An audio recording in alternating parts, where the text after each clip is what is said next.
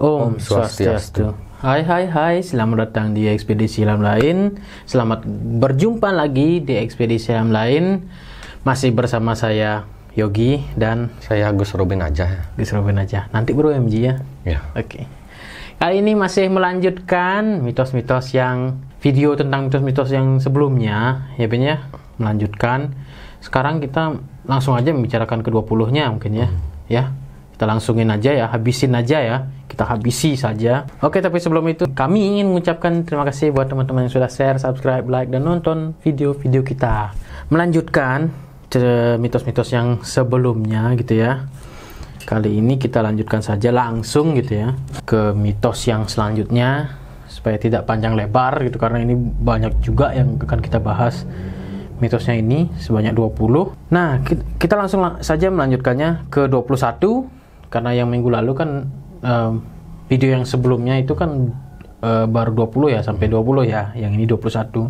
Mitos ke-21, menyisakan nasi saat makan. Nah, ini sering nih. Kata orang-orang, kasihan tuh nasinya disisakan, nggak enak sama yang nggak bisa beli nasi gitu ya. Mitos yang beredar, menyisakan nasi saat makan membuat nasi tersebut menangis. Ini saya sadar dari 99.co ya. Gimana, Ben? Enggak sih, menyisakan nasi saat makan itu bisa dibilang kita menyumbangkan rezeki, membuang rezeki. Membuang rezeki ya. Ya jelas lah, nasi itu kan belinya pakai uang. Meski tidak beli, tapi kan nanam juga susah payah. Maka kalau ada nasi yang tersisa ya dikasih makan pada binatang peliharaan atau apa itu. Boleh kok. Atau misalkan nih di suatu acara gitu tersisa nasi bungkusnya banyak gitu ya. Mungkin bisa dikasih ke orang-orang lewat, mungkin bisa kan ya? Bisa. Jadi bukan nasinya yang menangis. Ya nggak bisa lah menangis nasi. Bagaimana cara nasi menangis? Pohon pun tidak bisa menangis karena mereka tidak punya jiwa. Suatu makhluk yang tidak punya jiwa tidak akan bisa nangis. Ya, mungkin bukan menangis ya, tapi merengek nasinya. Makan aku. Oke, lanjut aja yang ke-22. Ibu hamil wajib membawa gunting. Nah, ini sering juga nih. Gunting dipercaya sebagai penolak bala. Konon jin dan makhluk halus lain suka mengganggu ibu hamil, makanya disuruh membawa gunting. Itu benar, Gus? Kalau menaruh gunting di dekat tempat tidur, sebenarnya gunting bisakah menolak makhluk halus? Bisa, karena bagaimanapun dia adalah besi. Besi itu punya kemampuan aura yang bisa untuk membuat makhluk gaib panas. Kalau gunting sekaligus bisa menolak seperti kuyang. Oke. Untuk orang-orang yang punya ilmu hitam. Tapi kalau membawa gitu terus-terusan enggak. Taruh saja ya di tempat kamar kita gunting. Boleh. Ya, kalau bawa terus-menerus gitu kan nodong jadinya. Iya, nodong ya. Uangnya mana? Ya, kalau bisa tuh kita bawa gunting, habis itu ada polisi terus kan. Ya, ditangkap ya. Tangkap ya. Oke. Kalau misalkan bukan gunting saja gitu. Pisau mungkin. Bisa. Tapi kan pisau itu berbahaya. Ya, maksudnya di kamar gitu. Ya. Lebih baik gunting kan jadinya konotasinya bagaimana kalau pisau? Ya, kamar bukan dapur ya. Ya, bukan dapur. Mungkin siapa tahu bangun pagi udah pengen gini. Biarpun nggak gunting, paku juga boleh karena paku yang terbuat dari besi. Oke. Kalau ruangan isinya paku banyak gitu. Nggak sampai segitunya kali gitu. Ya kalau misalkan kayak ini kan paku nih. Kayak gini. Kalau menolak makhluk gaib itu tidak semua makhluk gaib. Maksudnya ini makhluk gaib yang hitam, yang jahat. Kalau makhluk gaibnya memang tidak jahat, netral atau tidak jahat, ya tidak akan kenapa-napa. Oh, kenapa bisa begitu? Maksudnya apakah auranya ini khusus untuk yang negatif saja? Ya, sejenis seperti tuyul, genderuwo, tilana itu tidak begitu suka dengan yang namanya besi. Gitu ya. Nah, kalau misalkan nih paku-paku kayak gini nih, banyak nih kan, banyak di tembok gitu. Itu berguna juga nggak? Berpengaruh juga nggak? Pengaruh juga ya? Oke. Cuman satu garis bawah, tidak semuanya juga bisa ditolak. Karena tergantung tingkatan makhluk gaib itu ya. ada tingkatan kekuatannya. Kalau sudah hebat ya mereka anti. Nggak bisa dihalangi ya. Dihalangi. Kecuali orang tersebut memiliki spiritual gitu ya. Diwajibkan saja orang hamil atau bagaimana itu berdoa sebelum tidur. Berdoa ya. Sebelum tidur juga berdoa saat berbaring gitu. Ya, bukan hanya untuk yang wanita hamil saja sih sebenarnya, untuk semuanya ya. Berdoa sebelum tidur. Oke, lanjut aja ya Gus Robin ya. Yang ke-23, menyapu malam hari. Nah, ini juga sering banget nih. Mitos ini berkaitan dengan rezeki karena menyapu di malam hari rezekinya akan menghilang gitu. Ini ya dari kecil saya dengar ini. Tidak sih. Tidak ya? Takutnya kalau nyapu malam hari itu masih kotor. Nggak kelihatan ya? Nggak kelihatan, takutnya debu-debu itu kan kecil dia, tidak kelihatan. Nggak kelihatan ya? Nggak bersih jadinya. Ya. Dan kalau masalah menyapu malam hari itu, siapa tahu ada makhluk gaib yang lewat, kita kayak menyapu itu jadinya kan tersinggung, mungkin itu yang dimaksud. Mungkin ya, nggak tahu juga. Tapi kalau makhluk gaibnya memang penunggu rumah, dia mengerti kok. Kalau makhluk gaib itu kiriman, ya mungkin itu tersinggung ya. Jadi ini tidak semuanya. Saya kok disapu-sapu gitu, Iya. ya.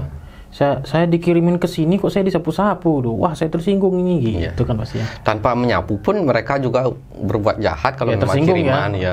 Walaupun tidak disapu. Jadi menyapu malam hari itu tidak ada hubungannya. Misalkan nih makhluk halus yang dikirim baru sampai, wah saya tersinggung. Cuman garis bawah ya, menyapu malam hari itu membuat makhluk gaib menjadi kepo, ya. Oh gitu ya? Kepo. Keponya gimana? Pingin tahu aja ngapain mereka gitu. Jadi didekatin makhluk gaib biasanya. Oke. Tuh teman-teman. Jadi bukan sapunya ini sih, tapi kelakuan kita yang dikepoin gitu. Sama mungkin maksudnya tersinggung gitu ya. Disapuin gitu. Apalagi nyapunya nggak bener gitu ya. Ya, misalkan nyapunya kayak gitu. Keluarlah Gitu. bulan ajaib. Iya gitu. Sampai bertarung seperti Power Ranger ya, mungkin nyapunya. Ya nggak tahu ceritanya. Ya. Oke, lanjut yang ke-24. Suami dilarang menggunting sesuatu.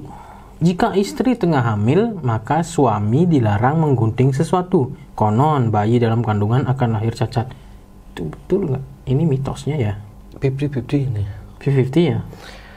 Kalau menggunting sesuatu maksudnya ini di rumah ya. Kalau di tempat bekerja tidak. Oh gitu. Kalau tapi di rumah 50-50 ya? 50-50 bisa terjadi bisa tidak. Oke, berarti jangan menggunting gitu ya. Menggunting sesuatu dalam rumah kalau istri sedang hamil gitu ya. Iya, iya. Oke, jangan pakai gunting kalau gitu. Pakai pisau mungkin bisa ya. Bisa ya? Bisa. Kalau mau motong gitu. Ya motong pakai pisau. Pisau gitu ya. Ya jangan pakai gunting. Pakai celurit itu bisa. Ya pakai benso ya. Apa bensu? Benso itu yang ada. Gergaji mesin maksudnya? Ya gergaji mesin. Motong itu. Kalau bergas itu pakai bergas bisa nggak? Ya pakai bego juga bisa. Itu terlalu besar Ben, nggak bisa Ben, nggak bisa masuk rumah Ben, rumahnya yang hancur Ben. Ya potong rumahnya. Potong rumah. Oke, selanjutnya yang ke-25. Pamali mendahului orang tua makan. Mengambil makanan di meja makan sebelum orang tua mengambilnya dianggap pamali. Ya ini mungkin ke arahnya lebih ke Tidak sopan ya? ketidaksopanan ya. Bukan ini tidak. Katanya. Bukan mitos ya. Bukan mitos. Ya karena di sini juga nggak disebut akibatnya apa gitu. Oke, selanjutnya yang ke-26. Mencuci kaki sebelum masuk rumah. Nah ini sering banget. Mitos ini berkaitan dengan makhluk halus. Konon supaya kita tidak ditempeli. Itu betul nggak? Saya nggak pernah cuci kaki. Saya yakin ini banyak orang di Indonesia tidak pernah cuci kaki sebelum masuk rumah. Sebelum masuk rumah. Biasa saja sih. Bukan berarti ya? Bukan ya? Enggak ya? Atau cuci tangan? Gitu. Kecuali kita ya sehabis ke tempat orang meninggal, cuci kaki, cuci tangan, pakai apa namanya, bersampo, mandi, pakai sampo itu ya. Oh gitu. Tempat pemakaman, dari pemakaman kita cuci kaki, cuci tangan sebelum masuk itu mungkin. Benar itu. Kalau ke tempat orang, habis dari tempat orang yang meninggal kita harus cuci kaki, cuci tangan biar bersih, dan kalau bisa kita pakai sampo kalau mandinya. Oh gitu juga ya. Jadi itu untuk membersihkan energi negatif yang menempel. Tapi kalau dari tempat swalayan kita ke rumah Atau habis kencan kita ke rumah, ya enggak sih. Mungkin ini maksudnya habis dari swalayan gitu ya, Iya. habis dari kencan gitu, Habis kakinya penuh dari dengan bekerja, ya. lumpur gitu ya, mungkin dia ke swalayannya nggak pakai motor tapi merangkak Iya, gitu mungkin ya. Habis tenggelam di rawa-rawa itu Rawa-rawa kita mungkin ya. cuci kaki cuci tangan masuk ya boleh. Nah, itu mungkin maksudnya, Maksudnya ya. ya. Ya, intinya ini enggak bukan mitos yang beneran gitu. Iya. Ini cuma mitos semata gitu. Jadi kalau ke tempat orang meninggal cuci kaki cuci tangan, setelah itu ya mungkin benar. Oke. Selanjutnya yang ke-27, makan di kasur. Orang zaman dulu percaya jika makan di tempat tidur akan mendapatkan jodoh yang pemalas. Itu betul nggak? Tidak juga sih. Nggak juga. Tapi ada kadang-kadang yang dapat jodoh yang cuek. Ya, berarti enggak gitu ya. Enggak terlalu. Bukan mitos lah ini. Bukan fakta, tapi terkadang ada juga yang mendapatkan. Mungkin itu kebetulan saja ya. Ya, itu kebetulan saja mungkin ya. Oke, selanjutnya ke-28, mendengar suara anak ayam di malam hari. Mitos di Indonesia kental dengan gaib. Konon mendengar suara anak ayam bercicit di malam hari ada makhluk halus di sekitar. Itu betul nggak? Betul. Betul. Anak ayam ya. Kalau anak tokek gitu atau anak kerbau gitu atau anak iguana gitu. Anak anaconda ya mungkin. Hanya anak ayam aja. Bunyi suara anak ayam saja.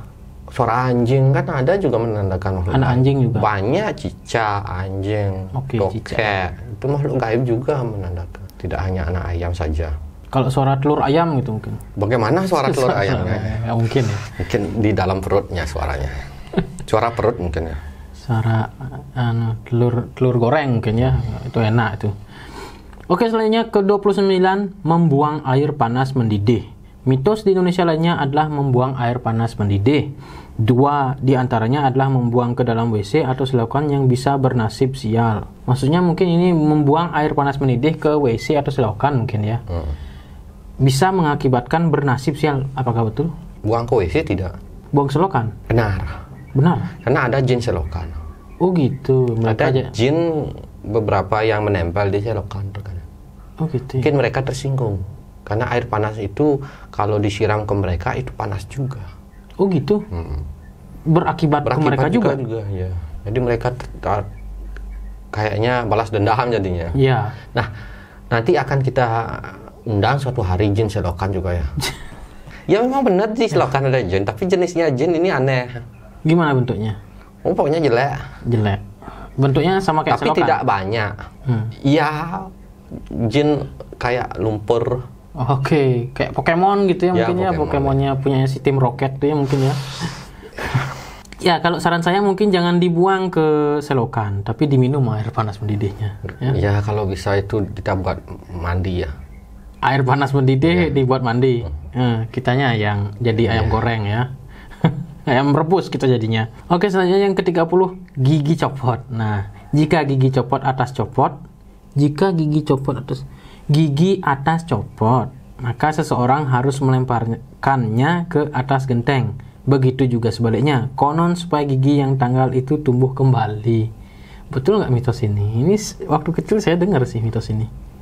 Tidak, itu hanya mitos. Itu hanya kisi-kisi belaka ya. Gigi saya copot, saya lempar. Sebelum saya jadi paranormal seperti ini, saya lempar-lempar ke atas, nggak tumbuh-tumbuh sampai sekarang. Oh gitu. Ya. Mungkin karena sudah gini ya, berumur ya. Kalau masih kecil ya bisa tumbuh. Ya, karena masih biarpun dilempar ke kutub utara pun ya masih tumbuh kok. Karena masih usia pertumbuhan ya. Usia pertumbuhan. Tapi ketika sudah dewasa mau dilempar ke tempat yang rumah emas pun tidak akan tumbuh lagi. Ya. Saya juga pernah nih, nenek saya lagi mangap-mangap gitu ya. Saya ambil gigi atasnya gitu, gigi palsunya saya ambil, saya lempar ke atas genteng gitu. Nggak mau tumbuh. Berarti ini cuma bualan semata gitu ya. Oke, langsung saja. Lanjut ke 31, buka payung dalam rumah. Nah loh, mitos yang beredar jika membuka payung dalam rumah akan bernasib sial, betul nggak? Tidak itu. Tidak, ini saya lagi buka payung ini. Payung untuk studio ya. Yang nasib sial ya buka apa di dalam rumah? Buka bom atom atau buka nuklir dalam rumah, itu mungkin hancur rumahnya jadi. Iya. Anda buka bom atom meledak rumahnya ya. Ini hanya mitos semata aja berarti ya, bukan. Ya aneh juga sih kalau buka payung dalam rumah ya. Kecuali kalau rumahnya nggak isi atap mungkin ya, kehujanan gitu ya. Tidur pakai payung. Buka yang berguna-berguna aja ya. Buka puasa itu kan berguna ya. Oke, selanjutnya ke-32, bulu mata jatuh. Nah, ini juga sering sih ini saya dengar dulu. Jika terdapat salah satu bulu mata jatuh dan menempel ke wajah, itu artinya ada seseorang yang merindukan. Cie. Mitosnya bulu mata itu harus ditepuk-tepuk dengan tangan sambil melafalkan huruf.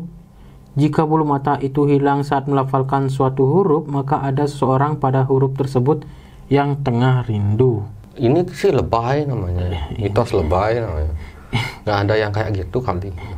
Ya, saya dengar tapi nggak kayak gini dengernya gitu. Nggak sampai kayak gini dengernya. Kalau ada yang membicarakan kita, mata kita terkedip-kedip, itu biasanya ada juga mitos kayak gitu. Yang kedip-kedip tuh ya? Oke.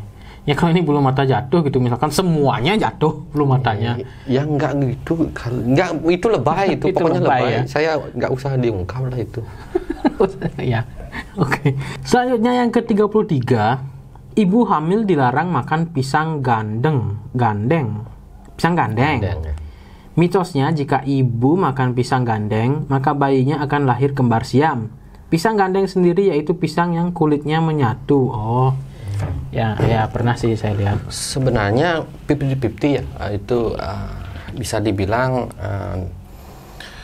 50% bisa terjadi, 50% tidak. Biasanya kalau orang lahir kembar bisa terjadi lewat mimpi. Ada yang mimpi itu mimpi dapat pisang, mungkin pisang gandeng. 2, ada yang mimpi dapat dikasih 2 telur ayam. Ada yang mimpi dikasih dapat dapat Pengorengan. nggak pengorengan, Apa panci? Pepaya 2. Pepaya 2. Ngambil memetik pepaya 2 atau memetik pohon bukan Tomat. pohon. Ya pokoknya 2 dia. Tomat boleh, jambu boleh, 2. Pohon toge 2 gitu. Ya pokoknya buah-buahan ini. Buah-buahan Ya. Intinya buah-buahan. Jeruk, jambu, 2 dapat dia. Atau di pohon itu hanya ada 2, dia memetiknya. Atau pohon kelapa itu dapat mungut 2 buah kelapa. Itu biasanya bisa jadi kembar. Intinya ada 2 gitu ya. Intinya ada 2 buah yang sama. Atau telur. Itu biasanya ciri-ciri, dan beberapa orang yang pernah melahirkan orang kembar begitu. Mimpinya ini dalam mimpi. Kalau 4 buah gitu, berarti 4 kembar siamnya ya? Saya tidak yakin. Tidak yakin kalau 4. Kalau buah anggur itu kan banyak. Ya buah anggur itu ceritanya beda ya. Oke. Berarti ini 50-50 ya? Kalau yang makan pisang gandeng, tapi kalau mimpinya adalah 2 gitu, pisang gandeng ataupun 2 buah yang lainnya, itu kemungkinan besar akan kembar siam gitu ya. Oke, selanjutnya ke-34, memakai baju terbalik. Memakai baju terbalik tanpa sengaja bisa mengundang rezeki. Namun jika disengaja maka akan ada suatu musibah keluarga. Ini sih lucu nih. Enggak sih. Enggak ya? Bukan hal yang waktu dulu saya sering pakai baju terbalik, mana ada rezekinya. Tetap sih saya minta sama orang tua. Oh gitu. Kan saya belum kerja dulu. Oh gitu. Iya betul sih. Ini cuma candaan mungkin ya. Kalau nggak kerja ya mana dapat rezeki. Oke, lanjut aja yang ke-35, memiliki pensil berukuran mini. Konon jika kamu sering menyerut pensil sampai seukuran kelingking, maka orang tua akan meninggal. Ini sadis banget sih ini. Bener nggak? Nggak ada kayak gitu. Ini barbar banget nih. Ya, alay banget. Alay banget. Ya, ini mungkin orang tuanya sakit pada waktu itu, sakit keras. Atau memang takdirnya meninggal, bukan karena pensil. Ini kalau dicoba seluruh dunia ini, maka semua orang tua di dunia akan meninggal. Boleh dibuktikan, pasti nggak meninggal. Ya, kalau ini kan maksudnya jadi pembuangan sia-sia jadinya kalau pensil. Waduh, udah hampir jadi pensil kecil nih gitu. Dibuang aja gitu. Kan sia-sia gitu. Oke, selanjutnya ke-36, cermin pecah. Ada yang mengatakan jika cermin pecah secara tiba-tiba artinya ada keluarga yang sedang mendapat musibah. Ada pula yang mengatakan jika bercermin di cermin yang retak atau pecah akan mendapatkan musibah. Ini kayak di sinetron-sinetron nih. Bener nggak? Benar. Bener ya? Kenapa? Kenapa firasatnya ke cermin gitu? Mungkin sebuah pertanda ya. Apakah cermin itu juga memiliki aura gitu? Memiliki cermin sangat disukai oleh makhluk gaib untuk tempat tinggal. Oh gitu ya? Terutama makhluk gaib perempuan. Di semua cermin? Ya, makanya ya kalau orang suka bercermin itu punya cermin besar di rumah, suka bercermin di sana. Kadang-kadang dia akan ketempelan makhluk gaib perempuan. Entah itu yang baik, entah itu yang buruk. Jadi diusahakan cerminnya itu diisilah lambang-lambang agama yang bisa menolak itu. Setiap agama kan ada lambang-lambangnya. Ya. Jadi kasih lambang itu menggunakan bawang merah. Oh, ditulis di kacanya. Oh, bawang merahnya dipakai untuk menulis lambang masing-masing agama yang suci, lambang suci agama. Nanti otomatis mungkin akan tidak mau tinggal di cermin. Karena panas itu mungkin ya. Kalau misalkan sudah terlanjur nih dia tinggal di sana gitu misalkan, dia akan pergi. Kalau di situ pasti akan pergi. Kepanasan di dalam. Saya juga isi ntar ya kayaknya ya. Itu tambahan wawasan lagi tuh teman-teman. Yang ke-37, menekuk dua kaki ke atas. Menekukkan dua kaki ke atas ketika sedang berbaring dipercaya bisa menyebabkan orang tua meninggal. Menekuk-nekuk kaki. Oh, sedang berbaring kita menekukkan kaki ke atas gitu. Kita sedang berbaring. Gitu. Kayak di tembok itu menekukkan kaki. Ya, kita menekukkan kaki ke atas gitu. Ditekuk kakinya saat kita berbaring. Enggak ya? Enggak. Ya, ini mitos mata sih ini sebenarnya ya. Bisa aja mungkin dia sedang kecapean gitu ya, menekuk kaki itu saat dia berbaring tiba-tiba meninggal gitu ya. Mungkin aja ya. Oke, selanjutnya ke-38, mengantong batu. Mitos Indonesia ini cukup populer. Jika sedang kebelet ingin buang air besar, maka mengantongi batu dipercaya akan menahan rasa kebelet tersebut. Boleh dicoba. Ya, sekalian batu jelek-lendur ya. Iya. Batu yang besar-besar itu dikantongin. Kalau bisa kantongin tubuh matom ya, nggak akan menahan rasa buang air, tapi andanya meninggal mungkin meledak. Ya, atau barbel mungkin dikantongin, barbel yang 30 kilo gitu ya. Ya, boleh ya. Kalau bisa. Kalau bisa. Ini hanya mitos mata berarti. Itu karung beras dikantongin. Ya, namanya kebelet ingin buang air besar yang nggak bisa ditunda-tunda. Oke, 39, tidak boleh memberi hadiah berbentuk kain. Apabila seseorang memberi hadiah berupa baju atau kain pada kekasihnya, hubungan mereka bakal kandas. Nah, ini betul nggak?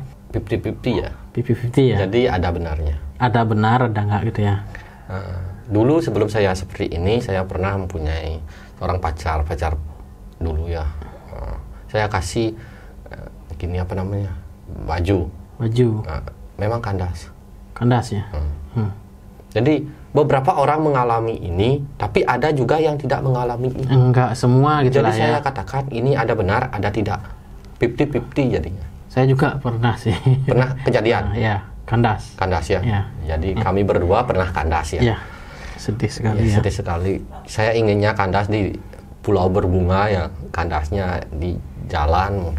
Kandas dan tertindas ya. Selanjutnya yang ke-40 yang terakhir, tertimpa cecak. Wih, ini sering banget. Jika tertimpa cecak, maka mitos yang dipercaya akan mengalami nasib sial di kemudian hari. Betul nggak? Kalau tertimpa cecak, itu biasanya akan terjadi pertengkaran. Itu ya? Pertengkaran ya? Pertengkaran sama keluarga, saudara, atau keluarga, saudara, atau teman. Atau teman. Atau sahabat, akan ada suatu masalah yang mungkin bisa dibilang pertengkaran. Musibahnya. Tapi kalau kematian sih yang kuasa yang punya itu. Ya. Maksudnya ini akan mengalami nasib sial di kemudian hari. Nasibnya sial gitu. Kalau nasib sial tidak. Tidak, tapi bertengkar gitu. Bertengkar. Misalkan dia jatuhin tokek gitu misalkan. Sama saja tokek sama cicak. Dia satu jenis lah. Satu kaum. Dijatuhin durian gitu gimana? Iya, di kepala itu sial. Sial. Se-UGD langsung. Se-UGD. Oke, ini sudah habis nih 40. Oke, ini episode terakhir ya untuk yang mitos. Mungkin teman-teman ada mitos-mitos yang lain mungkin bisa disebutkan di kolom komentar ya. Kalau banyak bisa kita lanjutkan episode ini tentang mitos-mitos yang sangat sering berlalu lalang di Indonesia. Ya namanya juga Indonesia ya, banyak sekali mitos-mitosnya ya. Tapi dari beberapa mitos itu bisa kita petik beberapa hal yang memang ada yang benar, ada juga tambahan tadi, ada juga yang bukan begitu maksudnya gitu ya. Oke, sebelum mengakhiri episode kali ini, seperti biasa ada pesan-pesan, Bit? Ya sama pesannya, mitos itu bisa terjadi bisa tidak, 50-50. Tapi ada juga yang lebay. Ada yang lebay kayak tadi ya. Ya yang mungkin bisa terjadi bisa tidak ya dihindari kalau bisa dihindari. Kalau tidak ya diperbaiki bisa. Yang namanya sebuah takdir tetap yang kuasa yang pegang. Ya. Bukan sebuah mitos. Ya, tetap kita melakukan apapun itu berdoa ya kepada Tuhan gitu lah ya intinya. Oke, kami pamit undur diri. Saya Yogi. Saya Gus Robin aja. OMG. Oh iya, Gus Robin OMG. Jangan lupakan dong OMG. Oh, iya, OMG tetap dada terakhir OMG. Tadi lupa sih. BTS nggak? BTS bagi yang memang suka BTS boleh. OMG Oh My Gus Robin. BTS? Kalau BTS Bang Robin Terawang Spiritual ya. Banyak banget ya punya fans club ya. Jangan lupa di share, subscribe, like, dan tonton video-video yang lainnya. Kalau teman-teman punya tentang hal mitos-mitos yang lain bisa komentar di kolom komentar atau kunjungin media sosial kita, ada Instagram, Facebook, dan Twitter. Kita pamit undur diri. Pramu Santi. Om Santi Santi Santi Om. See ya.